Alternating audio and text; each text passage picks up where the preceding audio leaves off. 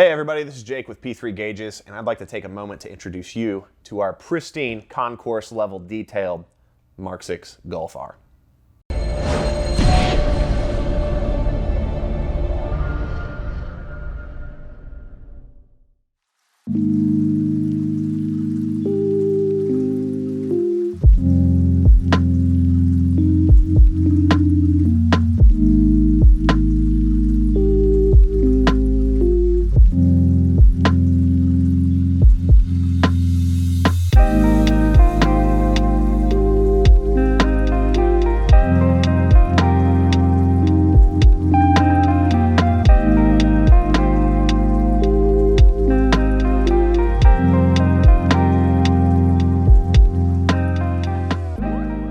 This is our Mark 6 Golf R that we just bought, and as you can see, it fell off the transport truck.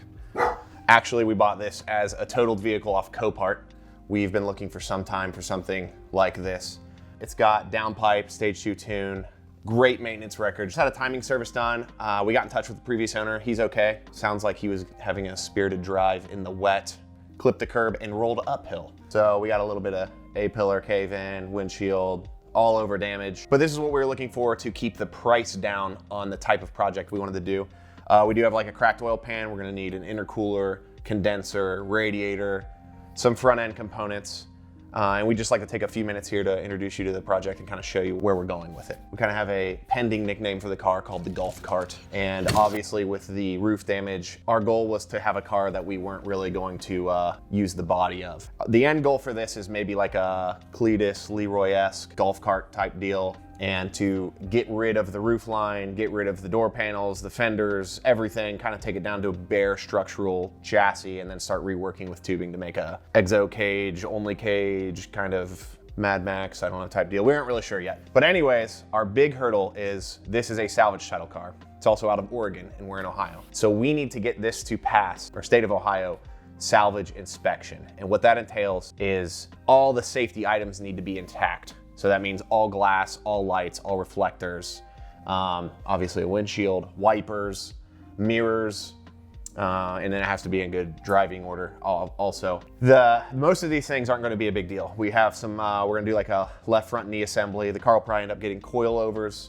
The right rear has some suspension damage. We need some wheels, which we already have.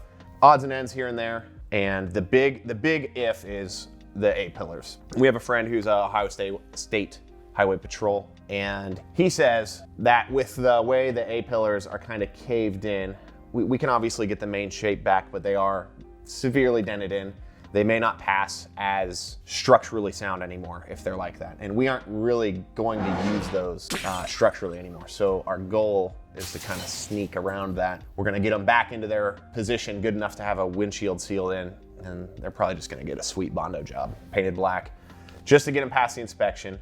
Things like your bent fenders and broken bumpers and stuff like that, we can actually get this to pass with most of the existing body panels, just with some tweaking, adding a reflector or two back in. But our goal is to get it to pass the inspection with very little money invested, because we don't want to put a bunch of body panels on this thing and then take them all back off when we're going to cut the car down. So step one is just getting the car cleaned up. It's full of glass right now. There's powder. You sit in it and grind on it and scrape your arms and legs and stuff up, and just want to get it cleaned out. We're going to get it up in the air, inspect everything, get our parts list that we need to order, just get it to where we can drive it around the parking lot. It holds oil, it runs, it cools, all that stuff.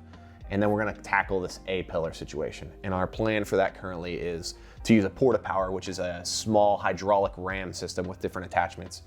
We're gonna work that back up into its basic shape.